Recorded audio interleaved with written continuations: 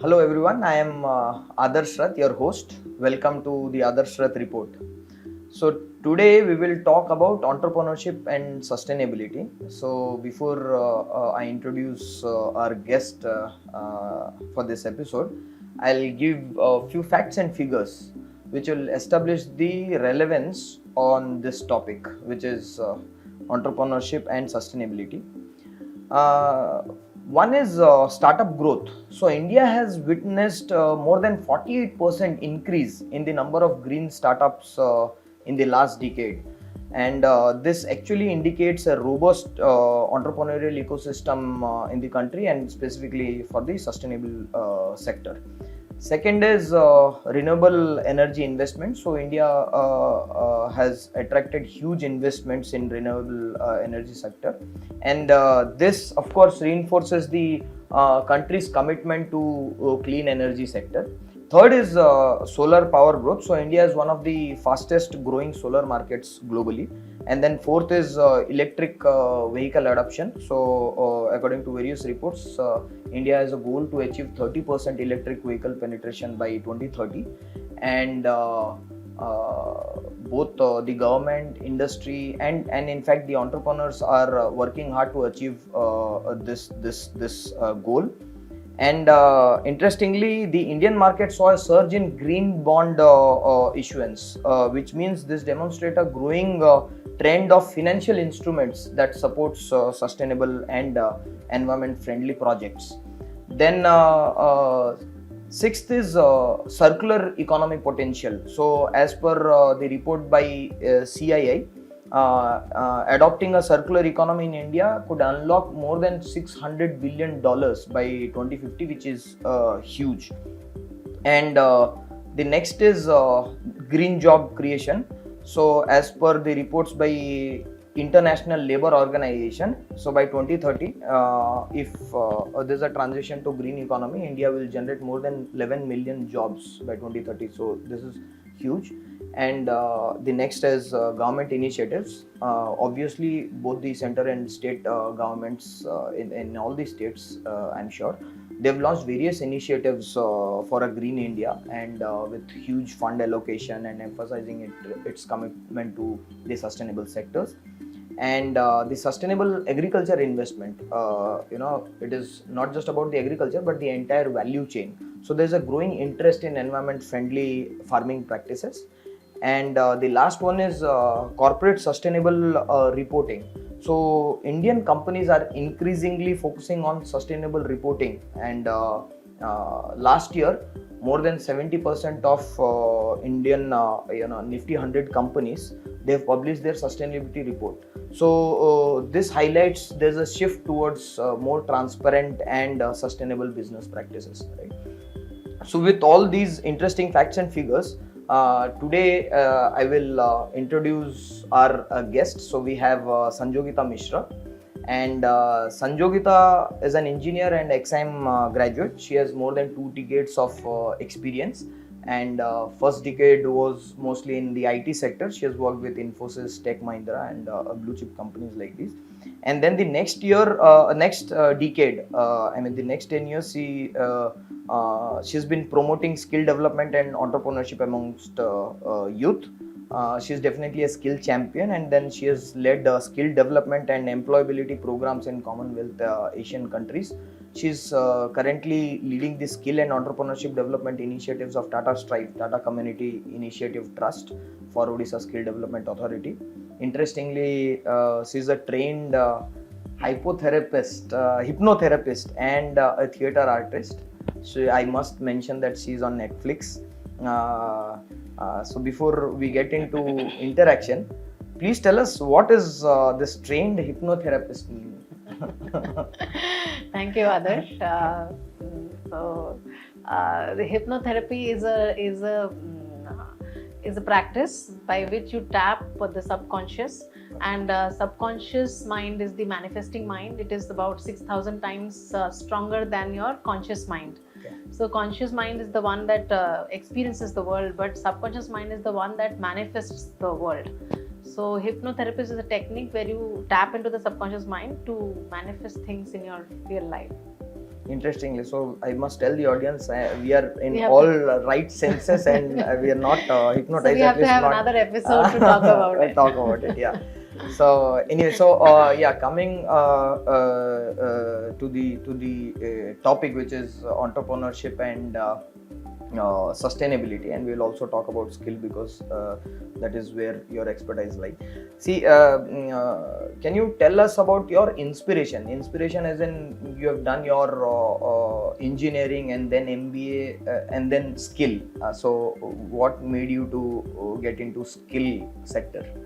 So it was actually an accident, like many things in life, and I joined skill development actually to be able to do training and development, which I thought was my calling, which I still think is my calling.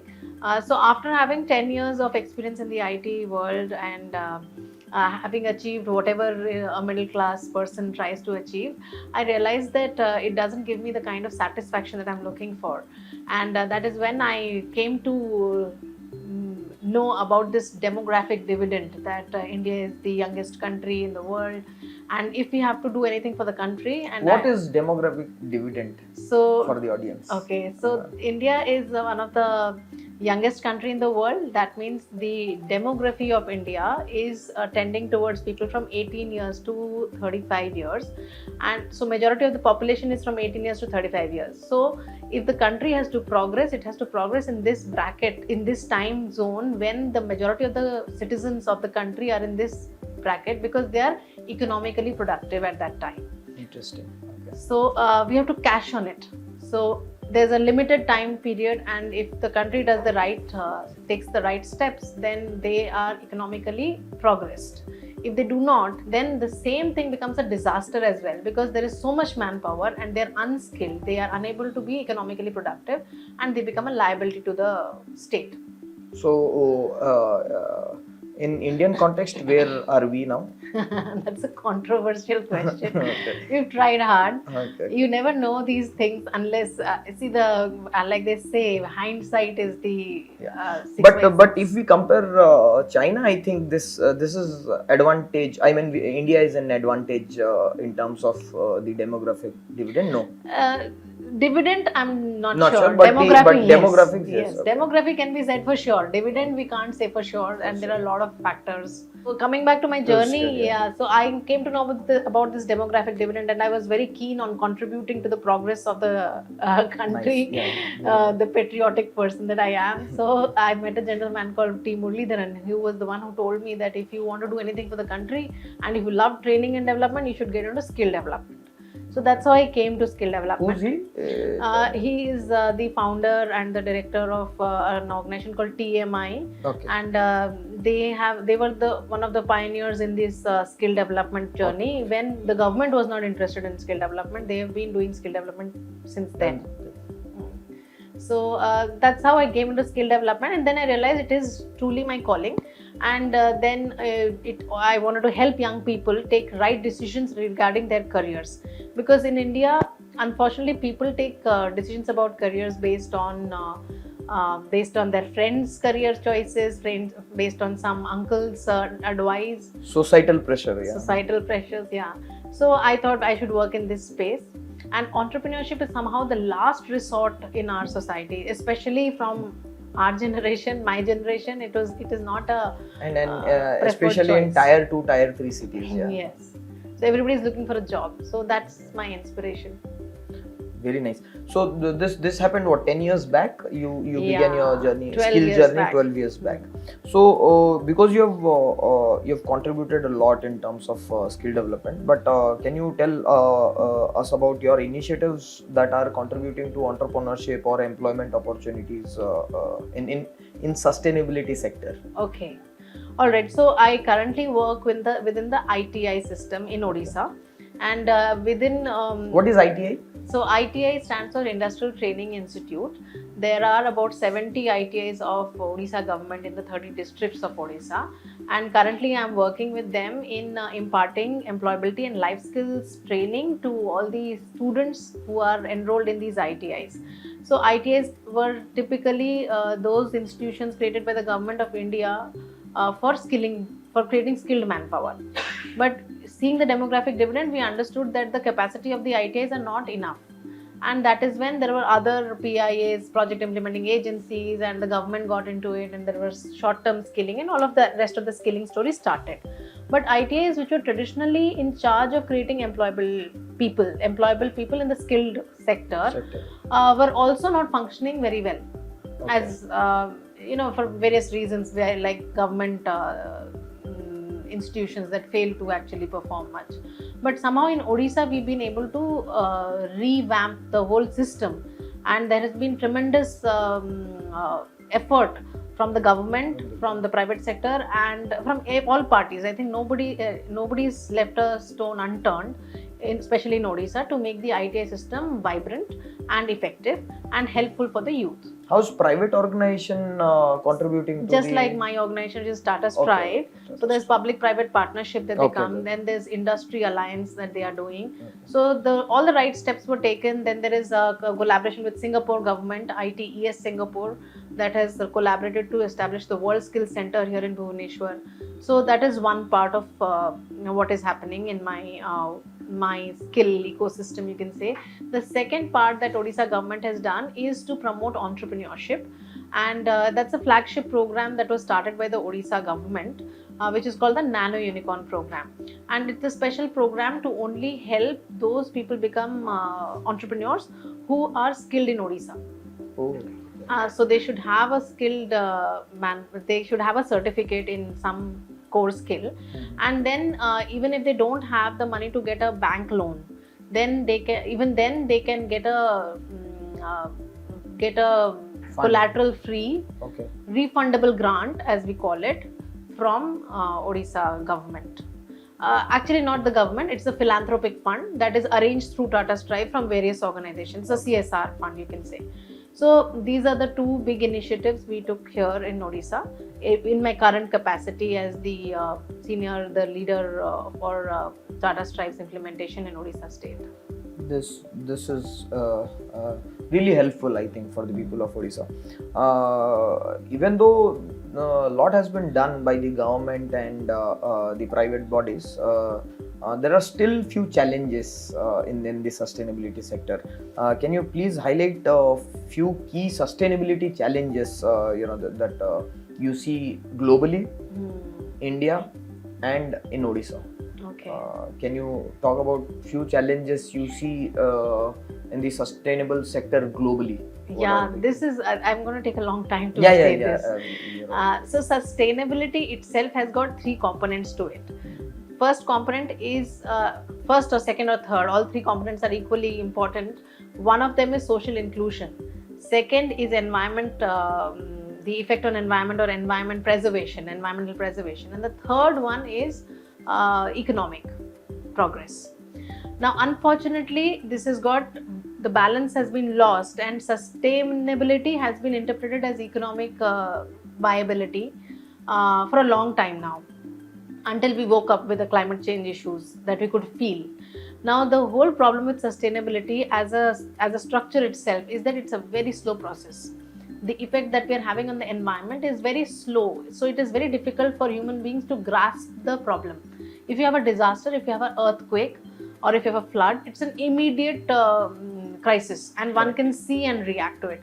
But like a 1 degree change in the atmospheric temperature is very difficult for us to understand that it hasn't happened.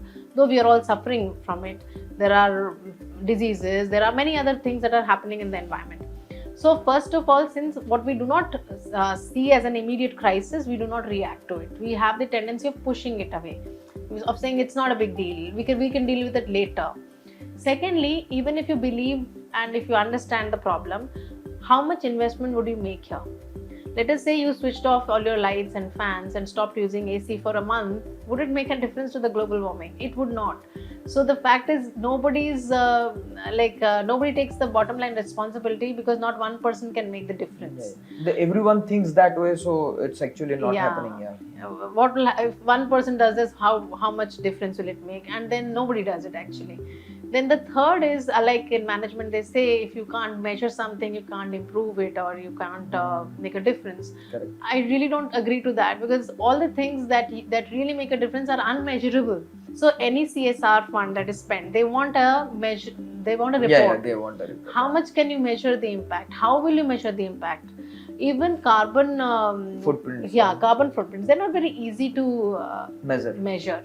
It is based on many But assumptions. I think I think there are few parameters to measure. I'm not sure if but they're not very easily available. Yeah, easily available and not easily. I think it cannot be calculated easily or measured easily. So if somebody spends a CSR budget and asks how much more does a person earn, it's very easily countable. How much more? Last month he was earning 5,000. This month he's earned 6,000. So 1,000 rupees. It is not that easy to.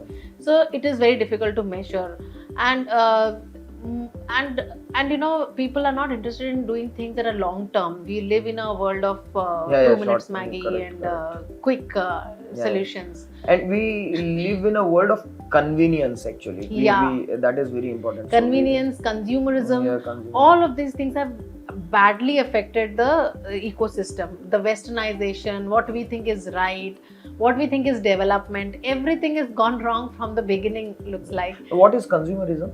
Like everywhere you go, there are people who want you to buy something. Somebody or the other is selling something to you all the while. So there's so much of ad. There's always a transactional relation. Yes. So the long-term vision of having social inclusivity or taking the environment into consideration is gone. Then coming to the Indian culture, the traditional Indian culture or the indigenous Indian ways were when people thought that they are custodians of the environment. They didn't think they owned anything. You can't own a land. You can't own a forest. Okay, you were caretakers. You were service givers. Correct. Now the concept of money, and then concept of possession, and then concept of actually exploitation, because you have full rights. So you exploit it to the fullest extent, and that's when the ecosystem started getting into disbalance, when people thought that they own a piece of land. But the land was there even when you were not there. So you can't own a piece of land.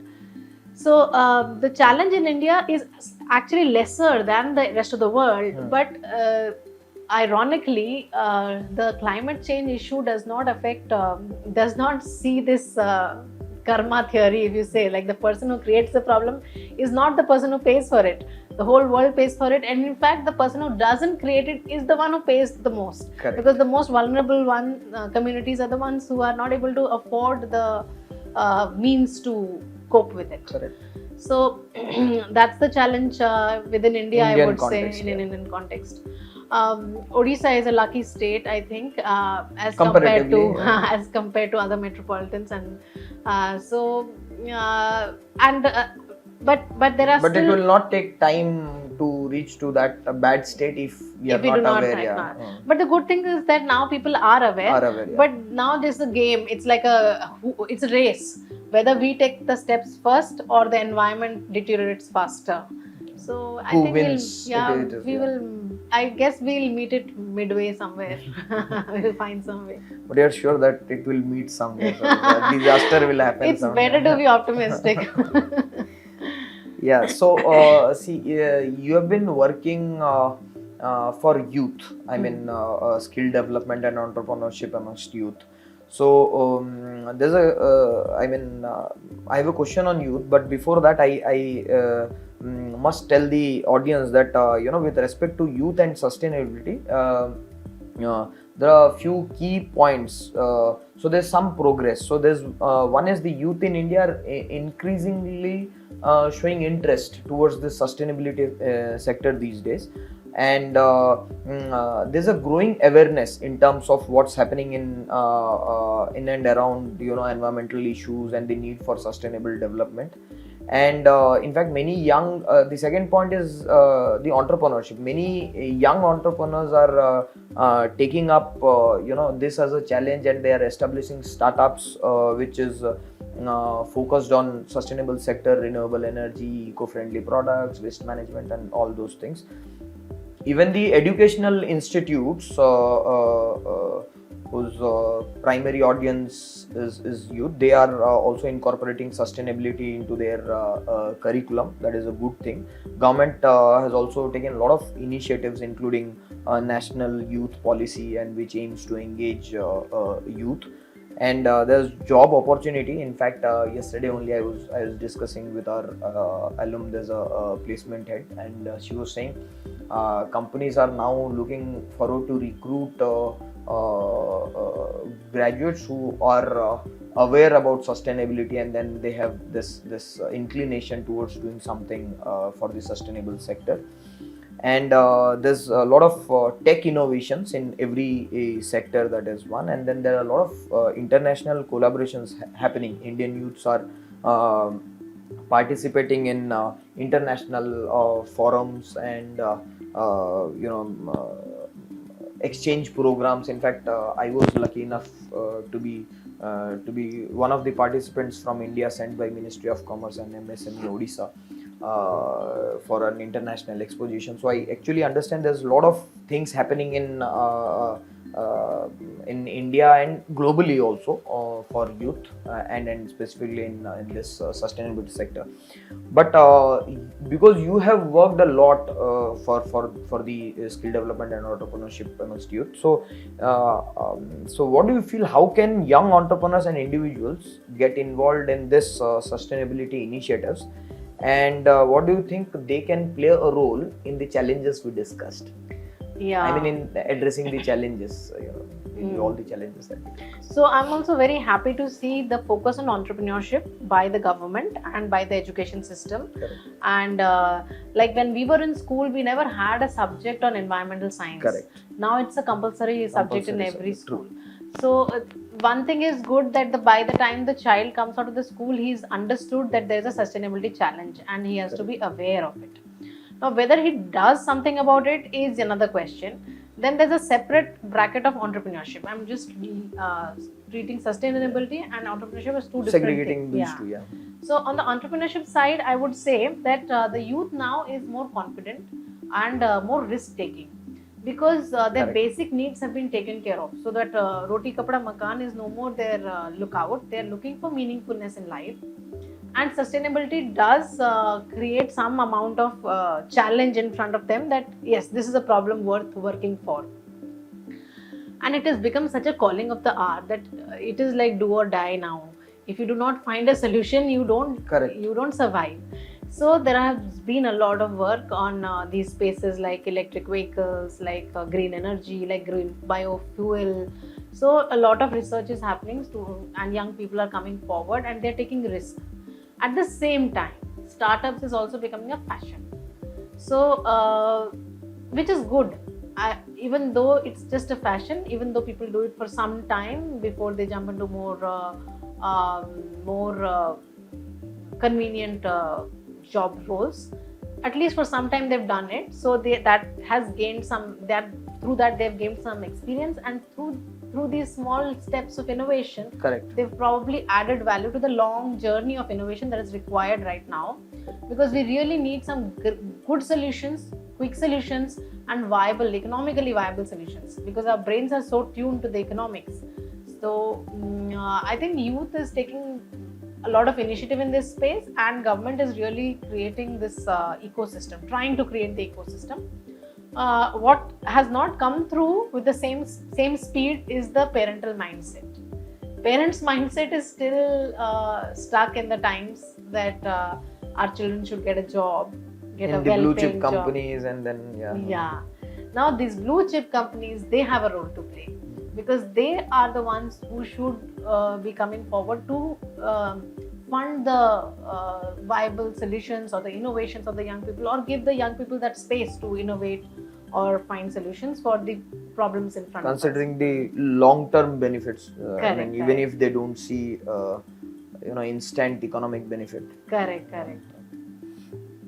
Yeah, so because we are talking about enterprising nature of the youth and this thing, can you also share few success stories if you have some in mind? Sure. Could be from Odisha or India or globally, wherever, but if you could share. There are so many actually. One name or one enterprise that comes to my mind in Sambalpur, one boy from Polytechnic, his name is Naresh Behra. He started a e-waste management firm, and he takes these e-waste, collects the e-waste and refurbishes them to something more useful. Then there is big waste management and not waste management, it's called best out of waste. Is being done in ITI Berhampur. Big, large, huge Structures have been made using waste material. So then there is something called plogging, introduced by a very young person in UNICEF, not in UNICEF, he's working with UNICEF in the Youth for Water Plus initiative. He's calling it plogging, means he goes jogging. What is Youth for Water initiative?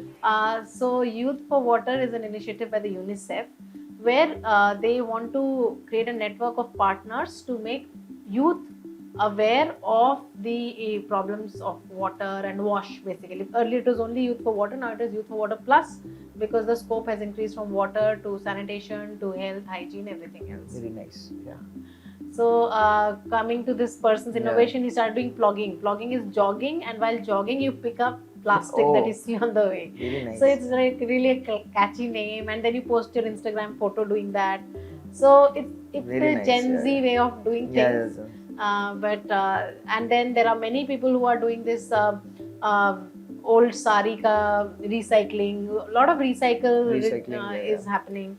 Then coming to circular economy, the government of Angul, the district administration of Angul, has taken a lot of steps in introducing circular economy and getting a convergence of various departments in it, starting from education, skill development, to industries, to town planning, to many things actually. So they have got this waste management. All of this is being integrated at a district level. What is circular economy? So you address circular economy. Circular economy is when there is nothing that gets wasted, so the waste is being utilized. So waste production and then waste and production, they are going in a circular fashion. In fact, that is very interesting to note, which I did not tell earlier, was that in Indian society, actually, traditionally, there was nothing called waste. Yes. And we all grew up in those times also, when our grandmothers and all, everything can be reused. So everything. It has multiple layers till it gets discarded. Exactly. So we understand that thing, but when it is done at an industrial level, at a big level, it is called circular economy, which was missing in our planning for a long time. Only now we have started waking up to it and trying to think about it. So coming back to one question that you'd asked me earlier, but I did not address this, was what we do for sustainability in entrepreneurship when we do entrepreneurship in Odisha, let's say. So when somebody gives you a business plan, earlier there was only a question on economic viability. From where will you find the money? From how much will be the profit? When will the break even happen? Correct. Which is who's your customer? Who's the economics segmentation. Basically. Now there are questions on what is the waste you will create, what will you do with that waste, where the raw material is coming from, what is the impact on environment on getting the entire value chain plus the value being created. So I think these were the questions which we were not asking earlier, and these are the questions that have to be introduced compulsorily everywhere for every business that you start. So a starting point would be actually to train the banks about it, because in fact, all finance or maybe investors everywhere, I mean, from wherever the startups or the enterprise is getting funds from. And there has to be a way of monetizing it, because the world only understands money. Correct. Whether we like that is also needed. See, in the last episode we were discussing about the 3 P's, all 3 P important: people, profit, and planet. So all 3 P. So all 3 are important. Without profit, it is not sustainable. I mean, you will not have people. You have to care for people, and you also have to care for planet. So it is all 3 P's needs to be addressed. Yeah. But the larger question, philosophical question, is how much profit? Yeah, that is true. But there has to be some profit to run the organization. That is the whole point. Yeah, very nice. Those success stories are inspiring, and I think audience will actually connect. Water filtering is another one. Okay. So there are some green ways of filtering water. So everything, anything that we do has an environmental impact, and we have still not started talking about the social inclusion part, which is also a part of sustainability. Correct. So right now, so there are 3 dimensions of sustainability. Initially, people only understood one of them, which is economic viability. Correct. Now they have woken up to environment. Environment. I don't know when they will wake up to social inclusion, or maybe it is happening in simultaneously. Yeah, see, because you are talking about youth and skills, so also tell us what are the skills and the qualification you feel our young generation need to have to excel in the sustainability related sector or career. So sustainability is a large concept, and actually you have to be good at whatever you do. Everything can collaborate for sustainability. So if you are an engineer, a mechanical engineer, you have to, and you want to work in automobiles, you have a scope to be in the sustainability field, because electric vehicles are picking up. If you're an electrical engineer, then you have a scope of how to. Suppose you have make worked with batteries. ITIs a lot, Yeah. no? So you tell what percentage of ITI students are, a tentative figure, what percentage of ITI students get into say sustainable sector? Very small. Very small numbers. Very small, because they actually go to just work for the industry. That's Yeah. what I was saying. The industry has to now take steps, because an ITI student is not at a position where he starts up a business of his own. Many of them, majority of them are not in that position. So they will end up working for a Maruti, Honda, they will end up working for a Schneider. So if Honda, Maruti, Schneider are all thinking about sustainability, then they end up doing something. Ultimately they end up doing some contributing. So the young people have to understand their subject first of all. Now, unfortunately, the education has also taken a back step. So the problem is at multiple layers. In fact, I didn't even talk about it when you asked me about the challenges. But the education is also not that effective. So the person does not know his own core area. Correct. So first requirement is to know your core skill, wherever you are grounded. Correct. Then you have to have a ethical mindset, because there will always be a way of taking a shortcut. There will always be a way of compromising, and sustainability, like I just told you, the environmental impact is not visible immediately. So if a person does not use the best construction material environmentally, Correct. he is not that the building won't stand, or he will see the effect the next day, but that ethical mindset is required. Then analytical, and I have to do the analysis. These analyses are very complex in nature, so data orientation and analytical skills are also very important for a person who wants to work in the sustainable area. Most importantly, there should be a will and patience. So you have to be brave, bold, to cut away from the traditional, and be patient, because the results are not going to come so soon. We are seeing that electric vehicles have been there for a while now, but not everybody is just converted to electric vehicle, even though they know that's the right thing to do, because they are still stuck in the mathematics of how profitable, how many years will I use the electric vehicle. Then there's negative marketing going on, that electric vehicle will blow up. So it's a transition phase right now. So people who are brave, who have the patience, have the ethical mindset, are good in their core areas, yeah, that is primary. Yeah, core areas will be the ones who will. Yeah, one more thing I'll just add to the list. Actually, this might not be relevant only for sustainable sector, but one thing I strongly believe, I mean, for primarily for tier 2, tier 3 cities, is the communication skill. I think one skill they must learn is the communication skill. I see the communication skills is part of the life skills program. Life skills, yes. So everything, communication, behavior, and even financial literacy, digital literacy, all of that comes. In fact, digital is equal to communication these days, because communication is not only just talking, it's digital communication. So all of this is required. That is important, yeah. So now coming to the initiatives by government or private organizations. Say for example, Tata Strive. You have talked about it a bit, but I want you to elaborate on this.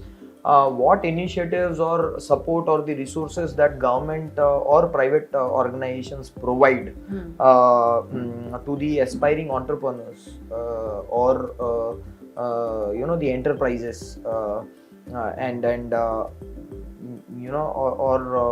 the aspiring minds who are willing to work for the sustainability sector. So actually, sustainability sector is not a vertical; it's a Correct. horizontal. It's a horizontal. And it's cutting across all the many. sectors. So each one of those verticals have to take steps on the sustainability side. So you can say that planning and urban housing, they should do something in sustainability. Then let us say. I'm asking what they are already doing. What do you think? I mean, how government, say central government or state government, because you are closely working with Odisha government, so you can talk about few initiatives by Odisha government or by Tata Strive. You can talk about Tata Strive. You can talk about the public-private partnership also. That PPP type. Sure. So one thing for the audience is that the central government has central government through its initiative National Skill Development Corporation has been able to create a sector skill council called the Sector Council for Green Jobs. Now this sector skill council is only dedicated to jobs in the renewable sector, like jobs in solar, wind, biofuel, waste management. All of these job roles have been at least listed in one place. That is, those are called green jobs. Green jobs. Okay. What are sorry, I missed asking you. What are green skills? Green skills are skills that will help in getting these green jobs. Yeah.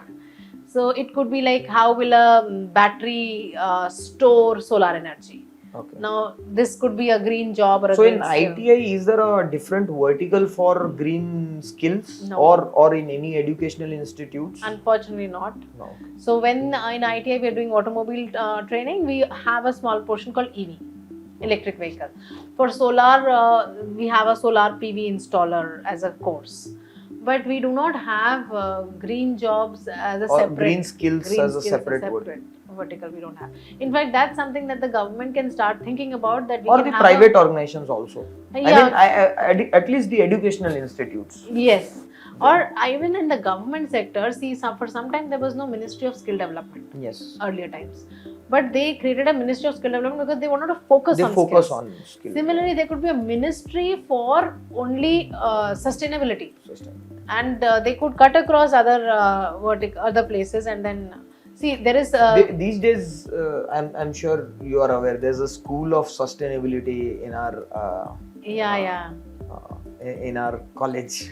So they've started, I not recently, I think a couple of years back or say 5-6 years back, I'm not sure the date, but they've started a separate school for sustainability, which is amazing. Good.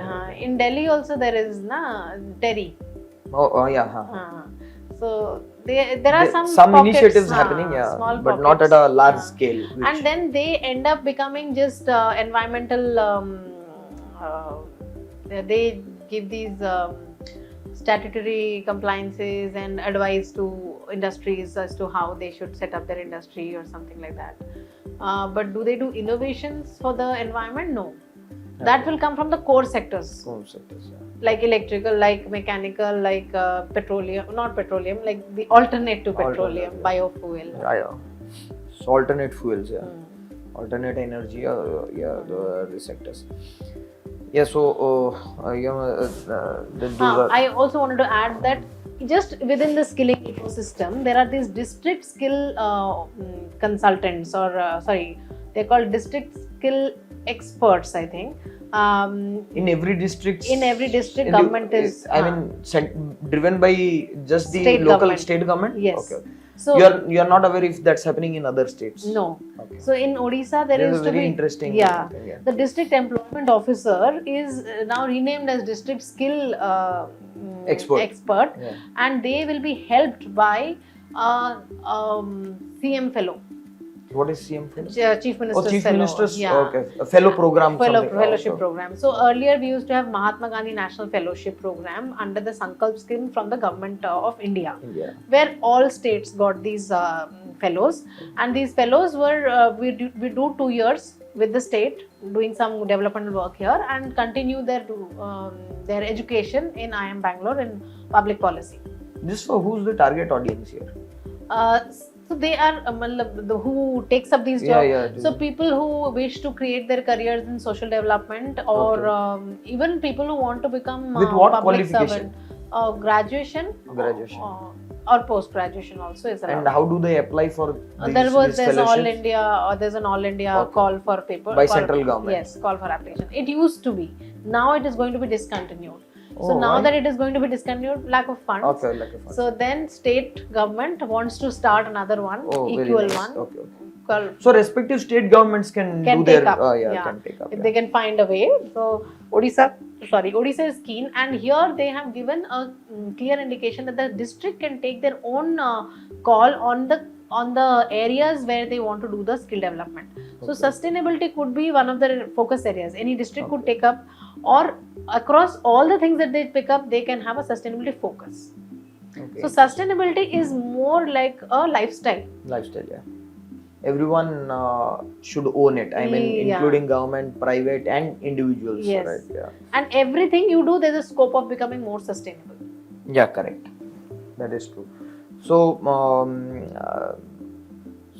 so in the landscape of this sustainability and employment opportunities, how do you see this scenario changing in next 5 to 10 years, or I mean, in terms of employment opportunities or entrepreneurial opportunities?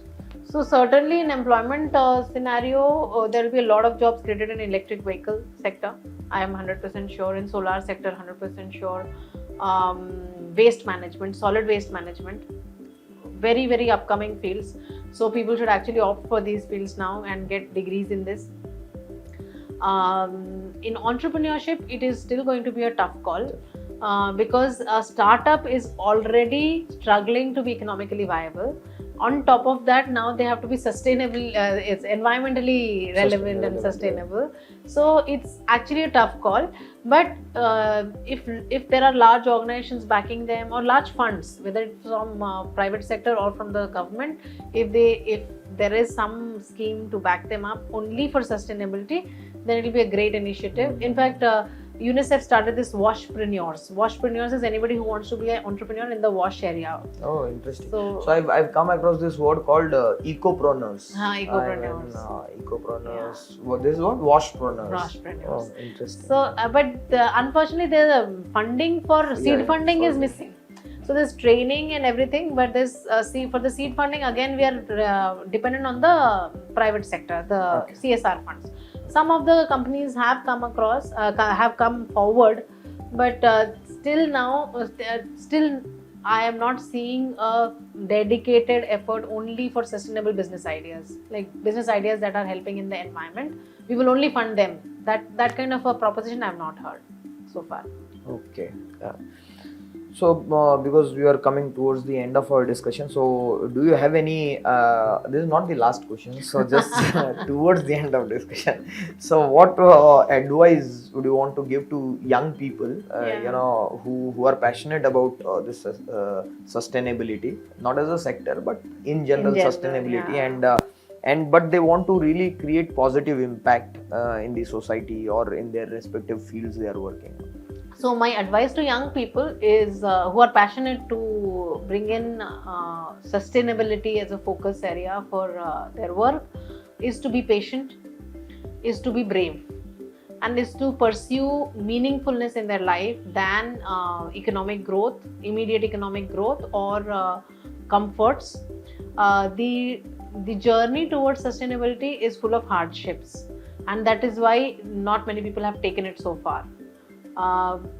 But I'm sure with a critical mass thinking like this, and that's your generation, I'm sure you will be able to make the break even, as we call in the economic sense, but I'm talking about the environmental sense of break even. So they have to be very, very patient, and they have to learn to love the environment and also love hardships. Yeah, very nice. So, I'll ask a personal question about the so-called work-life balance. I know you're a theater artist. You are also pursuing, I think, dance, right? So, how's this helping you to be better in your both professional and personal life? So I think it's a very obvious connection that when you feel good and happy about yourself, you end up giving more to whatever you're doing. So all the things that I do, the theater, the dancing, ends up making me feel better about myself. I'm a performer, so I like performing, and that gives me energy, doesn't take away the energy. So if I'm taking a training class, I don't feel exhausted at the end of the class, because throughout the class, when I am imparting the lessons or talking to the students, it is energizing me. It's like recharging the phone. Correct. So my work is recharging me. All of the other activities that I do is also recharging me. So that's how I'm full of charge. Because I see these days this Gen Z or the young people, they call it me time, I suppose. There are a lot of me time, but I am not sure if they are spending it meaningfully. Yeah. So the purpose why I asked you to have this work-life balance. For the sake of work-life balance, you shouldn't waste your time in this stuff which will not add value to you professionally or even personally also. So I have been telling, in fact, the same thing I was just telling my 12-year-old nephew yesterday. He's hugely talented, but unfortunately he wastes a lot of time, and the mobile phone, especially these reels, the short videos, they just make you dumb, because they just come one after the other. Earlier one used to at least search for what they want to see. Now they don't even have to search. You see one and the next one comes, and the next one comes, and the next one comes, and your mind becomes numb, and you do not know when you wasted the time. And forget about my 12-year-old nephew, my 80-year-old father is also doing the same. My 70-year-old mother is also doing the same. And I must also be doing some bit of it, but you have to be very, very careful. These are things that you have to watch out for. Reels are making dumb. Actually, I was thinking to make few reels of this episode now. Because you have said this, I'll have to cut this thing out. I'll not make the reel of the last. No. See, portion. reels are the right things are also there. Yeah, correct. So there are just stupid jokes or something, and how much time do you want to give to that? Yeah. So one has to keep, and I think time management is the key to a work-life balance. That is very important. So this is also one key advice. I mean, time management and utilizing your time meaningfully is really, really important. So we all know that we should make a timetable, but very few people actually make it, and that's the difference between a wannabe winner and a winner, because the person who makes it has actually cracked it. Correct. So thank you so much, Sanjogita. It was lovely. It was I've learned many things from this discussion. I'm sure the audience will also learn from this. So thank you so much for being in the show. Thank you. Thank you, Adarsh, for having me on the show. Thank you so much.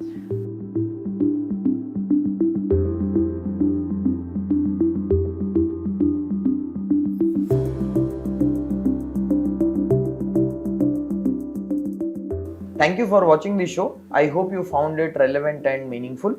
Please do let me know what kind of speakers you want me to invite for the show in the comment section below. If you have any questions on this particular topic that we discussed in this episode, that also you can write in the comment section below and I'll get back.